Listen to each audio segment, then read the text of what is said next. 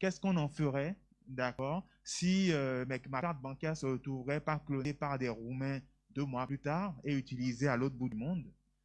Donc, à cause de tout ça, il pourrait y avoir un frein à l'adoption des e-services, en tout cas des services en ligne. Et c'est là donc qu'on rentre dans tout cet univers de confiance numérique qui est bien tout ce qui peut être mis en œuvre pour rassurer le consommateur, l'usager du cyberespace. Principalement, aujourd'hui, il y a une gamme de services qu'on appelle les services de confiance électronique, dont le but, c'est de garantir la fiabilité des transactions et des échanges. Je m'explique. Ça, c'est né à partir de... c'est basé beaucoup sur la cryptographie, principalement la cryptographie dite asymétrique, avec qui est différente de la cryptographie symétrique où on avait un seul secret. Donc, vous et moi, on veut échanger et on a un secret. Si je veux parler à toute la salle, il faut que j'envoie mon secret, que je partage mon secret avec toute la salle. À quel moment c'est encore un secret? Et pourtant, j'ai besoin que tout le monde écoute mon message avec la garantie que le message lui est parvenu comme je l'ai émis, avec la garantie que ce message vient bien de moi et parfois avec la garantie que personne n'a pu voir ce message. Et donc, c'est là que la cryptographie dite asymétrique intervient. Donc, c'est souvent basé sur une clé privée et une clé publique. La clé privée, c'est le plus grand secret de toute la création. Personne ne doit le connaître à part moi. Et tant que ce secret est bien gardé, j'ai la clé publique que je diffuse au monde entier. Et sur cette base, on peut communiquer de manière sécurisée. Sans aller plus loin dans tout ce qui est crypto, je reviens aux services de confiance électronique qui finalement viennent nous donner la garantie que ce qui est dématérialisé reste tout aussi fiable que ce qui est dans la vraie vie, que ce qui se passe dans la vraie vie. Qu'est-ce qui peut se passer dans la vraie vie? Vous venez me voir et je vous délivre un service, par exemple, un acte de naissance. Mais si je vous délivre cet acte de naissance ou un autre document qui est censé être plus secret, plus confidentiel, il faut que je sache que vous êtes vraiment la personne que vous prétendez être. Et la matière première de tous ces services-là, de toute cette mise en œuvre de garantie, c'est ce qu'on appelle le certificat électronique. Le certificat électronique vient garantir l'identité d'une personne dans l'espace numérique. Alors, je dis d'une personne, mais ce n'est pas que d'une personne. Ça garantit aussi l'identité d'une machine, d'un service ou d'une personne morale. Tout cet écosystème dont on parle, qui est dit de confiance, pour mettre en œuvre la confiance et tout, s'appuie vraiment sur une confiance quand même au sens où on l'entend. Ça veut dire qu'il y a un tiers de confiance qui est au centre, à la racine de tout ça, qu'on va appeler une autorité de certification. Et cette autorité de certification met en œuvre toutes les sécurités, n'est-ce pas? Toutes les sécurités pour que quand elle dise cette personne, je garantis son identité via un certificat électronique, qu'on ne puisse pas remettre ça en question. Toutes les diligences sont faites. Donc, je parlais tout à l'heure du certificat électronique qui représente l'identité donc d'une machine, d'un service, d'une personne ou d'une personne morale dans le cyberespace ou en tout cas dans les échanges matérialisés. Et ce certificat-là est garanti par un tiers de confiance. Au Bénin, par exemple, le tiers de confiance donc, qui offre le plus haut niveau de fiabilité, c'est la PKI nationale, la Public Key Infrastructure, donc une infrastructure qui gère le cycle de vie des certificats, suivant des processus sécurisés, des logiciels, des experts, etc. C'est cette PKI nationale qui aujourd'hui délivre le plus haut niveau de fiabilité. Ce niveau de fiabilité s'évalue sur différents niveaux. Si jamais vous venez en ligne, des fois, vous pouvez aller sur un site d'un assureur et cet assureur va vous faire signer votre contrat d'assurance sans jamais vous voir. En vous envoyant éventuellement un SMS sur votre numéro de téléphone, vous répondez au code, vous renvoyez le code que vous avez reçu par SMS et ça lui permet de dire que oui, je sais à peu près dire que cette personne a bien tel numéro de téléphone, au moins j'ai un lien avec lui dans la vie réelle, je lui émets un certificat. Mais ce certificat aura un niveau de sécurité dit substantiel. Peut-être pas assez fort pour aller retirer de l'argent à la banque, par exemple. Mais il pourra servir à faire un certain nombre de transactions qui demandent un niveau de confiance ou en tout cas de fiabilité un peu moins costaud. Mais si jamais, par exemple, je prends l'exemple d'une transaction, encore une fois, par exemple à la banque, si jamais vous avez besoin de pouvoir accéder à votre banque de manière dématérialisée, avant d'utiliser un certificat dans cette procédure-là, on pourra exiger que le certificat vous ait été délivré après qu'une personne vous ait vu. Après qu'une personne vous ait vu vraiment de manière physique, ait vérifié avec d'autres pièces d'identité que vous êtes vraiment la personne que vous prétendez être et vous émettre ce certificat qui va vous servir justement ensuite à aller consommer d'autres services de manière dématérialisée. Donc ça, c'était le tout premier service quand je parle de certificat. Il y a ces certificats-là, ce service en tout cas de certificat, vous le consommez aussi parfois, vous le consommez tous les jours. Et vous le connaissez sûrement, il est impliqué dans ce qu'on appelle le HTTP sécurisé, HTTPS, les connexions sécurisées sur les sites web. Aujourd'hui, quand vous naviguez sur 95% des sites web, vous avez un petit cadenas, d'accord, qui matérialise que les échanges entre vous et le site web sont sécurisés. En fait, non seulement ils sont chiffrés, mais en plus, vous êtes sûr que le site sur lequel vous allez, ce n'est pas quelqu'un d'autre qui l'a impersonnifié. C'est-à-dire que c'est vraiment le site authentique. Vous allez sur gouv.bj, vous êtes sûr que c'est le gouv.bj, les propriétaires du gouv.bj qui ont mis du contenu sur ce site.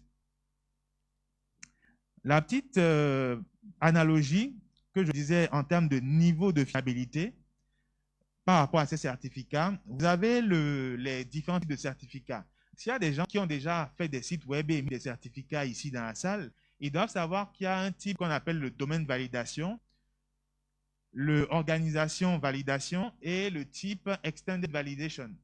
Donc, le domaine validation, vous le faites de manière automatisée en 5 minutes. Juste, vous mettez des enregistrements pour dire c'est à moi que cette URL appartient, le groupe BJ, c'est bien moi qui suis l'administrateur. Une fois que ça c'est vérifié de manière automatique, on vous émet le certificat. Mais parfois, vous allez sur des sites web et c'est toute la barre de navigation qui est verte. Et ça, c'est le type validation étendue qui implique qu'ils vous ont appelé, qui vous ont fait remplir des formulaires, que vous avez donné votre IFU en tant qu'entité, que vous avez fourni vos pièces administratives. Et là, ça leur permet d'émettre un certificat vraiment qui dit qu'ils vous connaissent, que vous existez et qu'on peut vous faire confiance à 100%.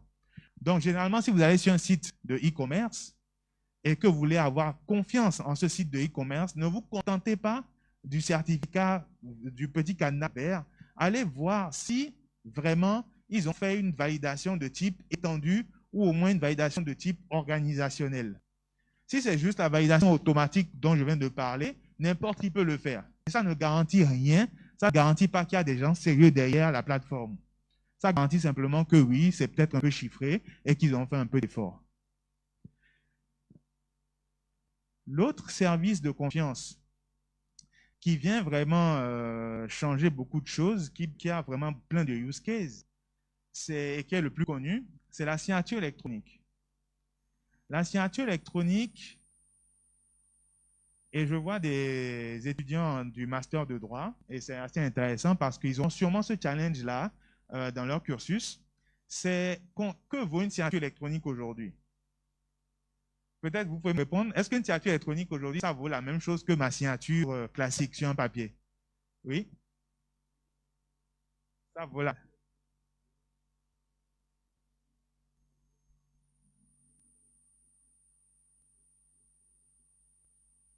Donc, c'est encore plus sécure que...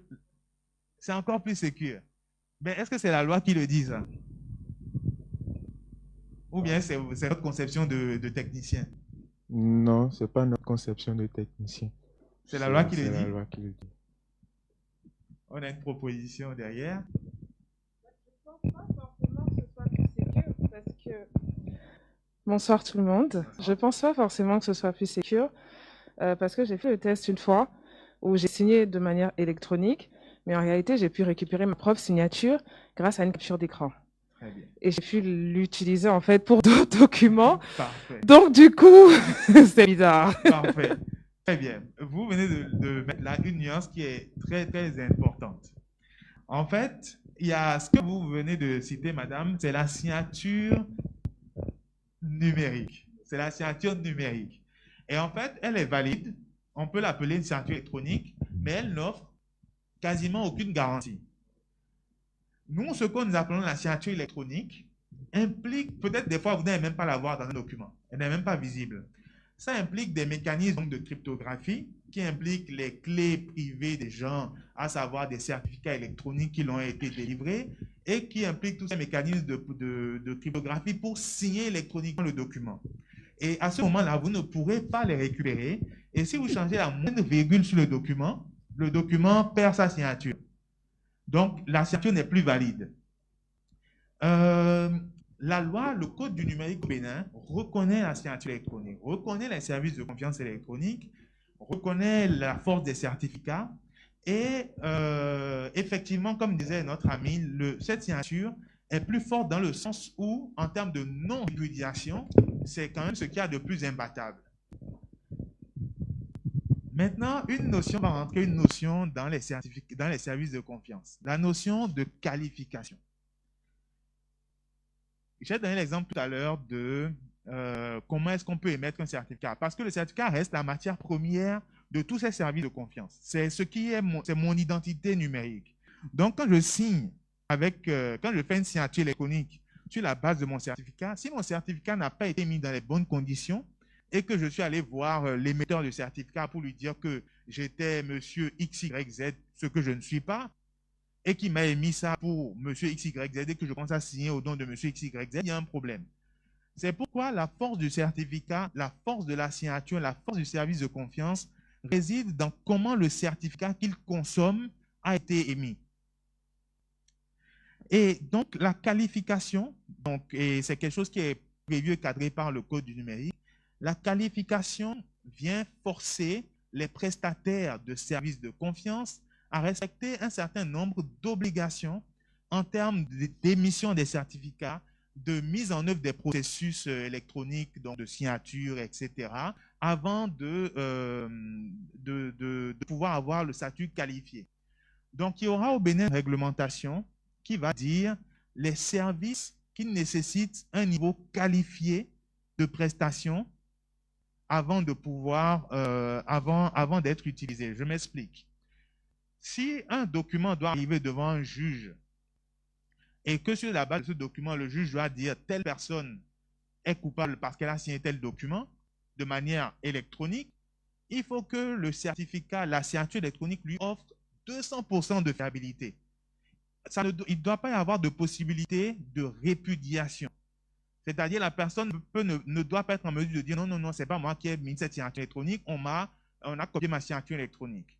Donc, la non-répudiation, la capacité de non-répudiation du processus de signature électronique doit être à son maximum. Et pour ça, ça doit être émis par un prestataire de services de confiance qualifié qui a pris toutes les mesures en amont pour être sûr que le certificat qui a servi à la signature appartient bien à la personne qui a fait la signature. Un autre service de confiance, c'est par exemple le cachet électronique pour les entreprises. Donc la signature électronique, c'est pour les personnes physiques et le cachet électronique, c'est pour les personnes morales. Vous avez l'eurodatage. L'eurodatage, donc, c'est de manière neutre et atomique, d'accord, et universelle. On tamponne un document, une transaction, en tout cas, ou bien, oui, n'importe quel document, une transaction, on le tamponne avec une date et une heure, qui est forcément la bonne, qui est universelle et qui ne peut pas être modifiée. Maintenant, je vais parler de quelques cas d'usage. Alors, il y a encore d'autres services aujourd'hui. Ça, c'est les services les plus entendus, les plus répandus. Il y a d'autres pays qui innovent et qui classent des nouveaux usages comme des services de confiance électronique. Ça peut être, par exemple, l'envoi de courrier électronique recommandé. Donc, grâce à tous ces mécanismes-là de non-répudiation, d'intégrité, de chiffrement, vous pouvez implémenter un envoi de courrier par recommandé. C'est-à-dire que j'envoie mon courrier, je appose une signature électronique, j'appose un eurodatage, et quand la personne l'ouvre, je sais quand il a ouvert. Donc, quand vous arrivez à faire toutes ces choses-là, vous avez implémenté un envoi de courrier par recommandé. En termes d'usage vraiment palpable, dans les cas de cybercriminalité, on observe certains, disons, casses qui arrivent dans des banques. Et quand on retrace, on se dit, mais la banque n'a pas joué. Elle avait quand même mis en place des mécanismes de sécurité. C'est-à-dire qu'on retrouve les accès, donc les mots de passe et noms d'utilisateur d'un employé qui aurait été utilisé pour faire des transferts de fonds. Et quand vous regardez, cet employé avait un mot de passe, un nom d'utilisateur, mais en plus, il devait valider un SMS avant de continuer la transaction, sa connexion. C'est quand même assez sécure. Sauf qu'aujourd'hui, le SIM swapping permet que quelqu'un d'autre puisse recevoir les SMS à votre place. Donc, si les gens qui vous attaquent ont accès à des capacités de SIM swapping, ils échangent votre numéro sur une autre SIM et ce sont eux qui reçoivent le code qui vous est envoyé par SMS et se loguent et font les choses à votre place et c'est vous qui êtes en prison. Un service de confiance qui est l'authentification vient régler ce problème-là. Donc, il s'agit d'utiliser plutôt votre certificat pour accéder à votre espace de e-banking. Donc, les banques aujourd'hui qui disent qu'elles ne peuvent pas mettre en place le virement en ligne, qu'elles ne peuvent pas mettre en place des e-banking un peu plus évolués que juste regarder son solde de compte, parce qu'elles ont des doutes sur la cybersécurité, sur la sécurité de ces espaces-là, peuvent aller vers des PKI pour assurer des authentifications dites fortes. Et ces authentifications fortes peuvent aller plus loin. Par exemple, vous avez l'ordre des avocats, par exemple, ils ont des plateformes auxquelles peuvent accéder seulement des avocats. Comment on fait? Au lieu de donner un mot de passe à tout le monde et qui peut se passer, moi, vous pouvez voler mon mot de passe, je peux le donner à quelqu'un. Ils ont ce qu'on appelle des crypto tokens, donc c'est des petites clés USB. Quand ils arrivent sur le site, ils mettent le mot de passe, certes, mais ils doivent mettre ce jeton-là, cette clé USB spéciale, dans l'ordinateur, taper le mot de passe associé à la clé privée qu'elle contient ou bien au certificat qui est embarqué dessus pour pouvoir continuer l'accès à la plateforme réservée aux avocats. Donc, l'authentification forte, ça, par exemple, c'est un vrai apport des services de confiance. Un autre service, c'est donc la signature électronique. Aujourd'hui, dans les entreprises, vous avez des parapheurs papier qui circulent. Comme notre ami vient de nous dire que la signature électronique valait tout autant que la signature vraiment physique d'une personne, on peut désormais dématérialiser les parapheurs. Dans les entreprises, vous avez des documents, par exemple des PV de réception ou des PV de réunion qui doivent circuler dans 6 administrations et s'il y a la moindre erreur, on recommence à 0. Alors, avec des fois, il faut envoyer à l'étranger pour que la personne accepte, signe. Et là, il faut faire ce que madame a subi, scanner des signatures au risque de se la faire copier et retrouver dans d'autres documents. C'est comme aujourd'hui, les autorités ont de plus en plus de mal à émettre des documents officiels parce que ça va se retrouver sur WhatsApp et le premier kidam venu peut copier la signature. Il fait un copier-coller dans l'image et il la pose sur d'autres documents faux et il commence à arnaquer les gens avec ça. Donc, on peut dématérialiser ces choses-là. On peut introduire de la confiance dans les documents électroniques avec la signature électronique. Un autre cas d'usage qui est assez parlant, c'est celui du e-procurement. E-procurement pour passation des marchés publics. Dans le domaine des marchés publics, s'il y a des gens qui ont déjà soumissionné à des marchés ou participé à des processus de marché public, ils savent à quel point c'est une douleur. Le dossier de quelqu'un qui applique, c'est ça de papier. Des fois, c'est des cartons. Des cartons entiers scellés que les PMP traînent sur la tête. Et puis, ça s'empile, ça se stocke, il y a des inondations. Des fois, ça prend feu, on ne sait pas qui a mis le feu, etc. Toujours autant de problèmes. Un autre bon exemple, par exemple, c'est le Conseil des ministres. Vous n'imaginez pas la tonne de papier que chaque ministre traîne sur le bras chaque semaine quand il vient au Conseil des ministres. Et ça peut être dématérialisé facilement. Et en fait, ça l'a déjà été. Ça l'a déjà été. Et les communications multipliées plusieurs fois circulent désormais par voie numérique. Mais par voie numérique sécurisée parce que à chaque fois que c'est entré dans le système, c'est électroniquement signé. C'est archivé automatiquement et il y a un neurodatage et une signature qui fait que s'il y a la moindre virgule qui change sur un document, le document n'apparaît plus comme signé. Et ça permet vraiment une fluidité dans les échanges. À 23 heures, un ministre peut envoyer une version d'une communication pour le lendemain. C'est classé automatiquement sur la plateforme. Les statistiques, je vous épargne tout ce que ça peut apporter comme facilité de travail au niveau du secrétariat général du gouvernement. Donc, je parlais du e-procurement. Le e-procurement, le débat classique, c'est le représentant de l'entreprise qui arrive à midi moins une, à sa montre, il dépose, et le PMP qui lui dit trop tard, chez moi il est midi 2.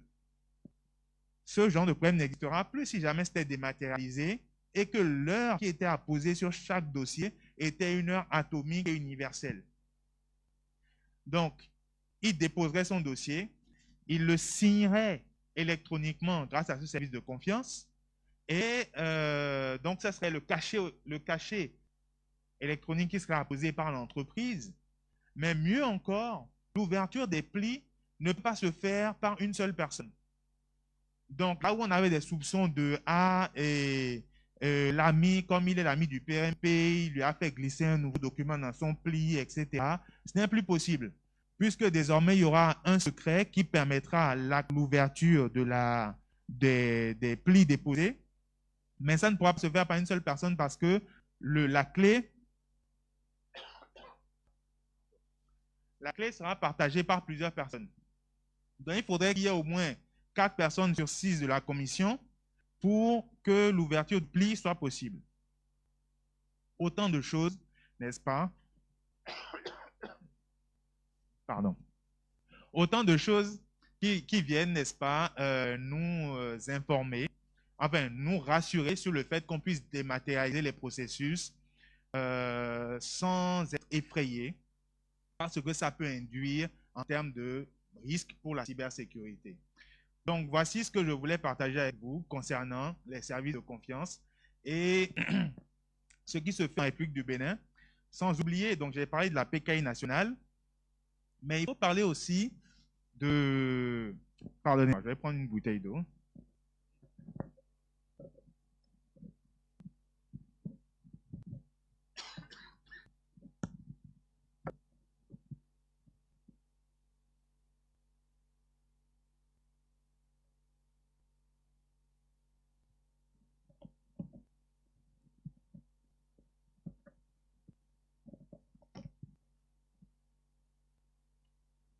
Voilà.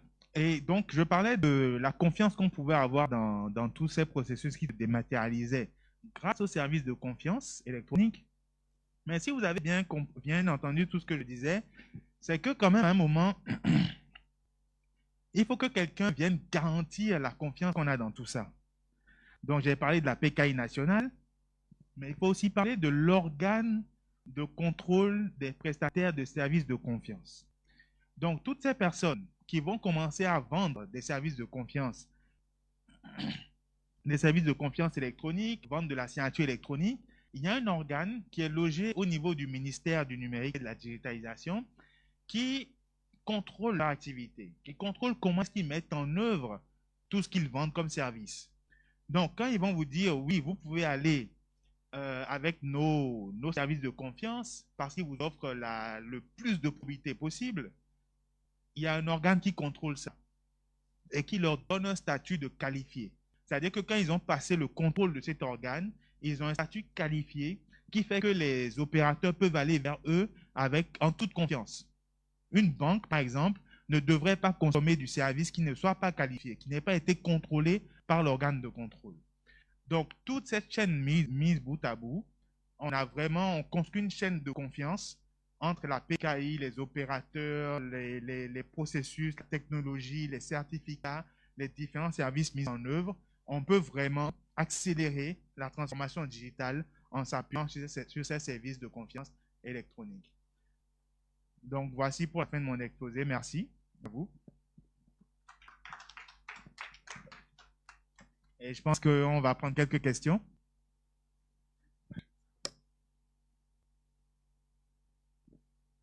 Alors, est-ce qu'il y a des questions? Oui, il y a une question. Merci beaucoup pour votre présentation, M. Ménégan. Moi, je voudrais savoir, parce que vous nous avez dressé beaucoup de user case avec tout ce qui est positif dedans. Bon, moi, je veux savoir, c'est quoi les risques, par exemple, d'une PKI nationale et même d'une signature électronique proposée par des prestataires de services de confiance qui ne sont pas dans le pipeline gouvernemental ou institutionnel, par exemple. Merci. Merci beaucoup. Alors, donc je vais répondre à ta question, hein.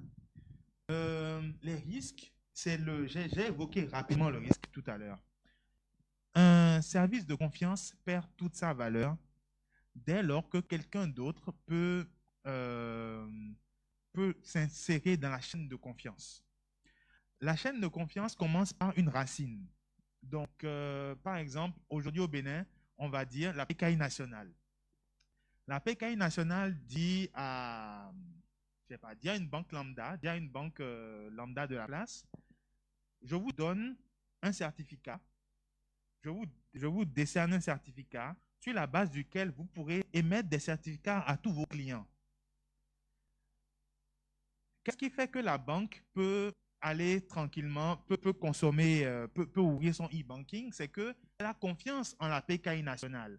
Elle sait que la PKI nationale qui lui a mis ce certificat-là, qui va se retrouver plus bas, d'accord, est de confiance. Si quelqu'un d'autre pouvait faire la même chose et émettre un certificat de la banque, au nom de la banque, au même titre que la PKI nationale, là, la confiance est rompue. La confiance est rompue et d'autres personnes peuvent commencer à faire la même chose. Et là, on ne sait plus qui vraiment est derrière le service qui est garanti par le certificat. L'exemple le plus simple, disons, prenons nos passeports. Nos passeports aujourd'hui sont signés par des certificats électroniques. Donc, il y a la PKI qui émet des certificats et ces certificats sont utilisés pour signer nos passeports.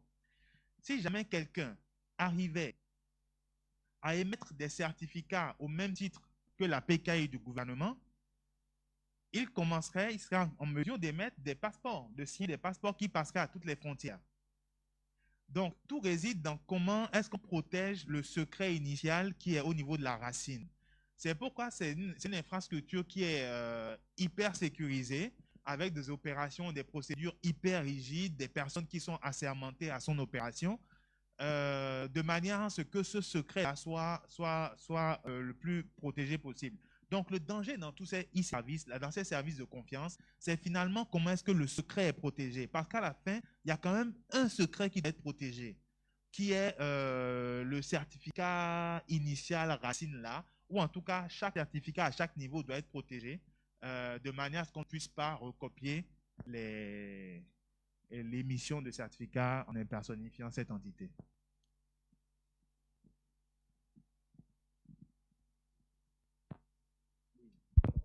Elle est gérée par qui? Comment? Installée depuis quand? Il y a une gouvernance, en fait, il y a un décret même qui est émis depuis le 14 novembre 2018. Il y a un décret qui dit comment est-ce que cette PKI est gérée. Il y a plusieurs entités qui la gèrent aujourd'hui. Niveau opération, niveau infrastructure, c'est l'ANSSI qui la gère et qui gère son opération sécurisée, son exploitation sécurisée. Mais finalement, c'est différentes entités qui la consomment. La NIP la consomme pour mettre du certificat dans chaque carte d'identité biométrique ou bien pour signer chaque certificat d'identité biométrique qui est émis. La DEI le consomme pour chaque passeport. Qui encore? Le MAEC consomme, l'ACI consomme pour tous les e-services, pour e-conseil. Donc, différentes personnes consomment et est responsable de sa consommation. Mais l'exploitation de l'infrastructure est assurée par l'ANSSI. Voilà. Et donc, elle est opérationnelle bloc par bloc. Il y a plusieurs blocs. Et je crois que tous les blocs sont désormais opérationnels depuis un peu moins de 2 mois. C'est ça.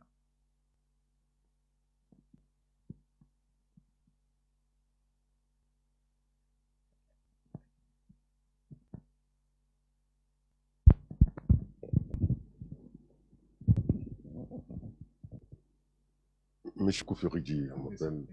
D'abord, félicitations pour votre exposé. Et ce que je voudrais autour de ça, c'est que, au regard de l'importance de cette sécurité dans le monde numérique, je pense que c'est ce volet confiance qui est capital. Alors, quelles sont vos dispositions pour éduquer les différentes couches de notre population? Tout à l'heure, vous avez parlé de ce problème de e-banking, qui est une réalité évidente, qui crée des problèmes même d'accès au compte à chaque fois. Et au-delà de la publicité, nous constatons qu'en dehors du pays, on ne peut pas faire les opérations. Donc, ce qui s'est fait en Europe et aux États-Unis ou autres, on n'avait pas à le faire convenablement avec nos banques. C'est un grand frein, même en matière d'affaires. Alors, quelles sont les dispositions pour pouvoir mieux éduquer? Et quelles sont les actions régionales, au-delà du décret national, pour faciliter l'action communautaire? Et surtout que nous avons la ZLK aujourd'hui, où on parle du marché unique. Donc, c'est des éléments qui accompagnent tout ça. Et au regard de ça, quelles sont les opportunités pour notre secteur privé pour que nous ayons des capacités plurielles autour de cette industrie-là? Donc, voilà tous ces éléments qui intéressants. Merci bien. Très bonne question. Très bonne question. Donc, je retiens 3 axes pour répondre là-dessus. Le premier axe, c'est par rapport à qu'est-ce qui est fait pour éduquer les populations. En vérité, si tout le monde était éduqué, la sécurité informatique, enfin les experts en sécurité informatique devraient aller dormir. Parce que le maillon faible de la chaîne, c'est malheureusement l'humain. On l'a dit, répété, vous pouvez mettre toutes les machines que vous voulez pour sécuriser. Il suffit qu'une personne non éduquée prenne une clé USB de l'extérieur, vienne brancher dans votre système et le tout est joué. Des actions, il y en a plusieurs. Il y en a beaucoup qui sont prévues, il y en a qui ont été faites. Il y en a qui sont prévues, par exemple, avec les chefs d'entreprise et la TCIB. Il y a une série d'ateliers qui sera donnée pour les éduquer au danger du cyberespace. Parce que aujourd'hui, si je veux faire mal à une entreprise, je vise le DG, je vise les directeurs. Et c'est à eux que j'envoie un mail bien ficelé, ils cliquent sur le mail et c'est réglé. Donc, il faut parler aux décideurs, il faut parler aux différentes couches de la population avec un discours bien précis à chaque fois. L'ANSSI anime des séries de webinaires sur comment se sécuriser, l'hygiène numérique, des choses comme ça pour différentes couches de la population. Mais l'année prochaine, on a prévu avec tout le secteur une action d'envergure qui sera vraiment une campagne de sensibilisation à grande échelle avec tous les canaux, toutes les langues, parce que aujourd'hui, les gaïmans, beaucoup de gaïmans maintenant, comme les gens sont de plus en plus éduqués en ville, ils s'attaquent à nos parents qui sont au village, aux fermiers, aux agriculteurs. Donc, il faut qu'on porte le message au plus proche de toutes les couches de la population. Et avec ça, on essaie d'agréger déjà, de recenser aujourd'hui toutes les organisations de la société civile qui, eux, vont déjà sur le terrain et sont proches des gens pour pouvoir passer le message le plus loin possible. Le deuxième volet, qu'est-ce qui se fait au niveau régional? Parce qu'au Bénin, effectivement, il y a la stratégie nationale de sécurité numérique, il y a la politique de sécurité des systèmes d'information de l'État, il y a différentes politiques qu'on met en œuvre, différentes choses qu'on met en œuvre, des formations qu'on fait pour avoir des responsables de la sécurité des systèmes d'information dans chaque entité prioritaire, des formations qu'on va faire. Je ne parle pas des formations qu'on va faire pour les jeunes, des jeunes et les insérer dans la cybersécurité. Je ne parle pas des entreprises start-up qu'on va essayer d'incuber sur l'année pour les faire émerger, pour en faire émerger. Donc, au niveau régional, n'est-ce pas, encore aujourd'hui se mènent des discussions au niveau de la CEDEAO, par exemple, pour l'adoption d'une stratégie régionale de cybersécurité et l'adoption d'une politique de protection des infrastructures critiques. Aujourd'hui se clôt la session d'adoption de ces 2 documents avant que chaque pays membre ne se l'approprie et fasse des implémentations locales. Donc, on est sur un moment où, effectivement, de manière régionale, autant l'Union africaine, qui a une convention de Malabo pour la protection des données personnelles, pour la lutte contre la cybercriminalité, qui est en souffrance au niveau de son adoption. Le Bénin est un des seuls pays à avoir signé et l'adhésion est en cours au Bénin actuellement. Mais ils sont en train vraiment de remettre le moteur pour lancer ces initiatives-là et consolider vraiment une entraide au niveau de la région. L'écosystème privé, par exemple, c'est vraiment il faut comprendre que l'État ne doit pas être en tout cas le principal acteur de ces choses-là. L'État ne peut que mettre en place des écosystèmes propices. Et comme je parlais des services de confiance, les prestataires de services de confiance qualifiés dont je parle, ça doit venir du privé. Donc, il y a une réglementation qui est en train d'être écrite pour réglementer l'activité, c'est-à-dire le processus de qualification, quels sont les services dans le pays qui ont besoin d'être faits par des gens qualifiés, etc. Et cette réglementation, au niveau du secteur, on la veut vraiment légère pour attirer un maximum de personnes. Donc, il faudra que les privés s'arment du discours, n'est-ce pas, s'approprient les opportunités pour aller démarcher les autres dans les entreprises et leur expliquer les bienfaits, comme peut-être moi je viens de faire, mais mieux encore avec des vrais commerciaux, sur comment est-ce qu'un parapheur électronique peut faciliter leur travail. Les banques, aller vers les banques, leur vendre l'authentification forte pour que désormais, ils puissent aller vers le e-banking. Et ça, ce sont les privés qui doivent le faire. L'État va les aider, par exemple, en leur disant, bon, si vous êtes qualifié, nous, on peut vous créer au niveau de la PKI nationale une autorité de certification. Comme ça, vous pouvez aller plus vite. Mais le niveau marketing, pour aller vendre le service, c'est à votre niveau. Voyez-vous.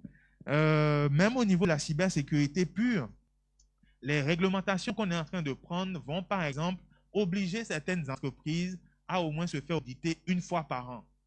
Faire un audit de la cybersécurité au moins une fois par an parce que vous êtes des entités importantes et vous ne pouvez pas rester là sans connaître l'état de votre cybersécurité. Et ça doit être fait par des entreprises agréées, connues de l'État.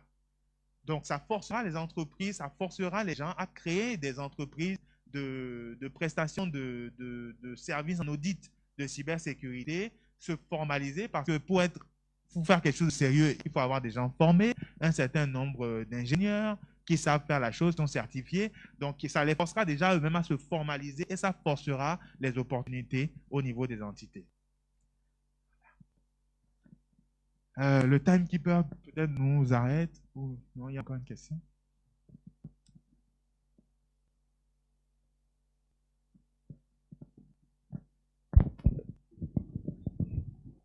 Oui, merci Monsieur Médégan pour votre présentation.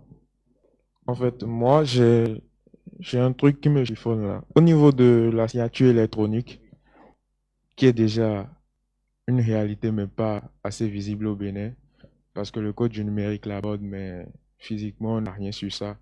J'aimerais savoir si il y a des mesures qui sont en train d'être prises pour que le secteur privé soit quand même capable de décerner des signatures électroniques, un peu comme en Amérique, où il y a des sites internet où on peut déjà faire ça. Maintenant, la deuxième partie de ma question, c'est de savoir si ces signatures électroniques-là, si, par exemple, les serveurs européens, les sites européens qui peuvent nous permettre d'avoir ces signatures, est-ce que si on les prenait et qu'on mettait ça sur des contrats en République du Bénin, est-ce que ça aurait valeur légale? Voilà, merci beaucoup. Très bonne question. Donc, je parlais en filigrane tout à l'heure de cette réglementation qui était en train d'être écrite. En fait, c'est cette réglementation qui va donner un peu le coup de départ à l'adoption de ces services-là. Parce qu'aujourd'hui, le code est là, effectivement, il dit beaucoup de choses, mais ce n'est pas clair pour les gens s'ils peuvent y aller. Par exemple, aujourd'hui, on parle de prestataires de services de confiance qualifiés, mais rien ne dit pour quel type de service est-ce qu'il faut être qualifié. Donc, dans l'administration, aujourd'hui, je peux aller utiliser des services de confiance lambda. Il n'y a rien encore qui dit que, attention, ce service-là doit être qualifié.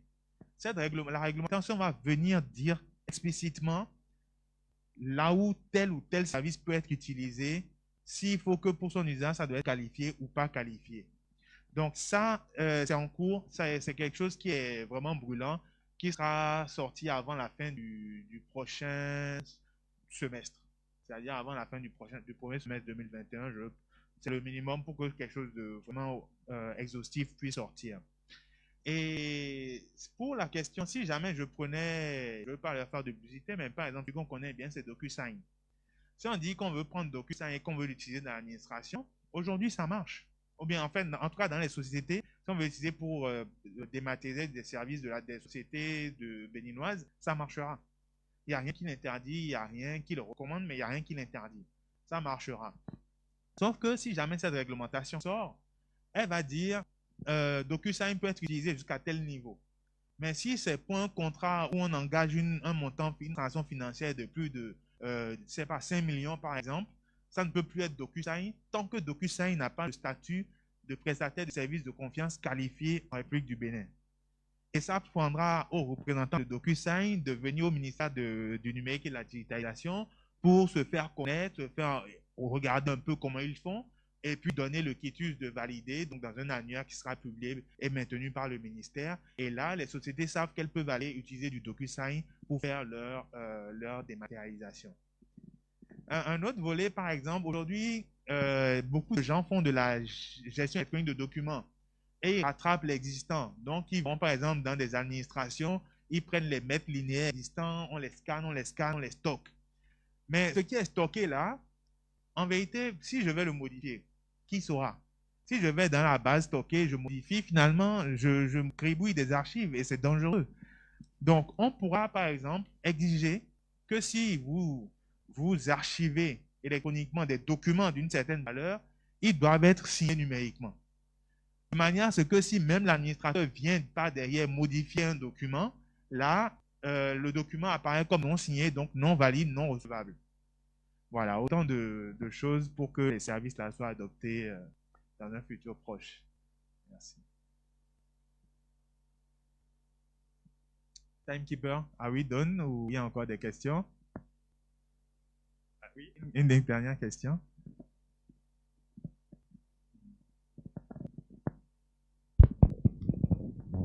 J'ai voulu profiter de votre présence pour quand même pour aller dans le broadcasting. Broadcasting, c'est-à-dire bien sûr. le volet radio et télé qui subit avec l'intelligence artificielle une série de risques.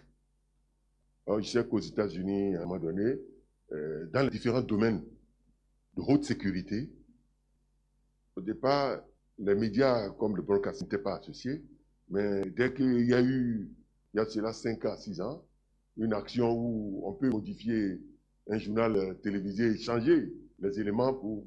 Alors, quelles sont ces dispositions que vous prenez dans nos pays aujourd'hui, surtout que nous allons au niveau de la TNT, il y a une forme de digitalisation totale des images et autres.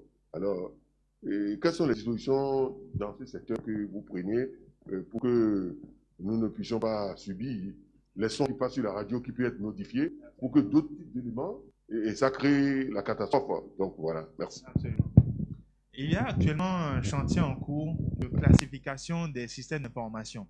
En fait, je dis chantier en cours et ça, je le dis depuis un long moment maintenant parce que finalement, c'est un chantier qui ne finira jamais.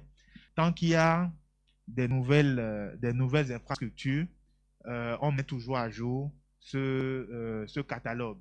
Donc, c'est pour connaître, nous, en République du Bénin, quels sont les systèmes où si on touche là, ça nous fera mal à la société tout entière. Je ne cache pas, ce n'est pas un secret si je dis que si on touche à Maya-Gleta, c'est compliqué pour tout le Bénin. Si on touche le port, si on paralyse le port, c'est compliqué pour tout le Bénin. Si on touche la TNT demain, c'est compliqué pour tout le Bénin. Donc, le projet de classification trie finalement les systèmes d'information qui sont aujourd'hui en exercice. Et dans ce cadre-là, ces gens bénéficient d'une sécurité particulière, d'une surveillance particulière, mais aussi d'obligations particulières. Ils ont un certain nombre d'obligations en termes de cybersécurité qu'ils ont un certain temps pour mettre en œuvre. Et en attendant, l'ANSSI est sur leur dos, mais sur leur dos, c'est-à-dire en train de les surveiller, donc pas de surveiller leur activité, mais de surveiller leur système d'information, de faire la police pour eux, avec eux, et aussi de vérifier qu'ils font vraiment ce qu'ils doivent faire en termes de cybersécurité, qu'il y a un responsable de la sécurité des systèmes d'information, comme je le disais, qui font les audits régulièrement, qu'ils nous remontent certaines choses, qu'ils ont mis en place tel ou tel équipement, qu'ils ont mis en place tel ou tel document, qu'ils ont mis en place telle ou telle formation du personnel, qu'ils ne recrutent pas n'importe qui, etc. Donc, toutes ces choses-là, aujourd'hui, les premiers classifiés les connaissent et sont dans la phase de mise en œuvre des recommandations. Par contre, ça, c'est un investissement parfois. On ne peut pas leur tomber sur le coup du jour au lendemain. Donc, ce sont ce genre de choses-là qu'on fait. Et les médias sont effectivement, en tout cas, certains médias ou certaines infrastructures multimédia sont dans les systèmes classifiés pour une surveillance maximale. On appelle ça les systèmes d'information critique, les infrastructures d'information critique. Voilà. Merci.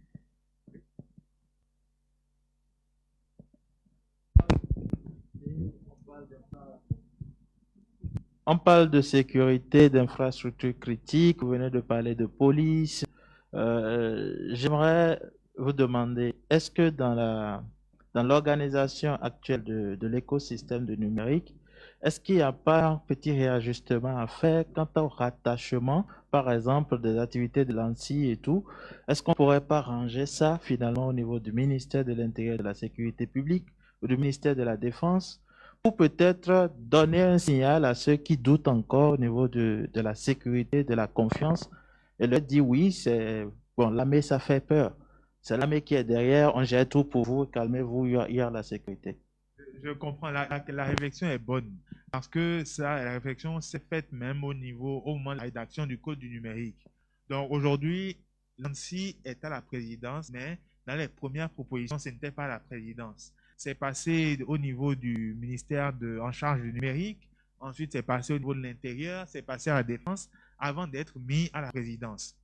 Et vous allez voir, si vous faites un benchmark, la présidence ou le premier ministère est le meilleur endroit pour le positionner. Et la réponse se trouve dans la question. Vous avez vu, il y a eu mais on devrait mettre ça ici, non, ici, non, ici. En fait, c'est transverse. C'est tellement transverse que si vous allez le loger dans un seul ministère, finalement, vous allez perdre ce côté transverse-là. Et aujourd'hui, tout le monde qui l'avait mis dans des ministères essaie de le ramener à un niveau plus transversal où on peut facilement parler à la défense, où on peut facilement parler à l'intérieur, où on peut facilement parler au numérique. Donc, je pense qu'aujourd'hui, l'ANSSI est au meilleur endroit où il peut être et ça fait même beaucoup d'entre vous parler à d'autres ANSSI qui vous diront, nous, on essaie de faire la même chose, de se détacher du ministère et de monter au niveau du Premier ministre ou bien de la présidence.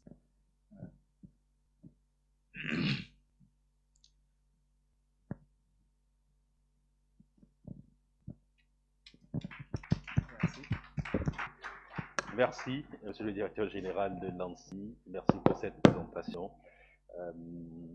Merci.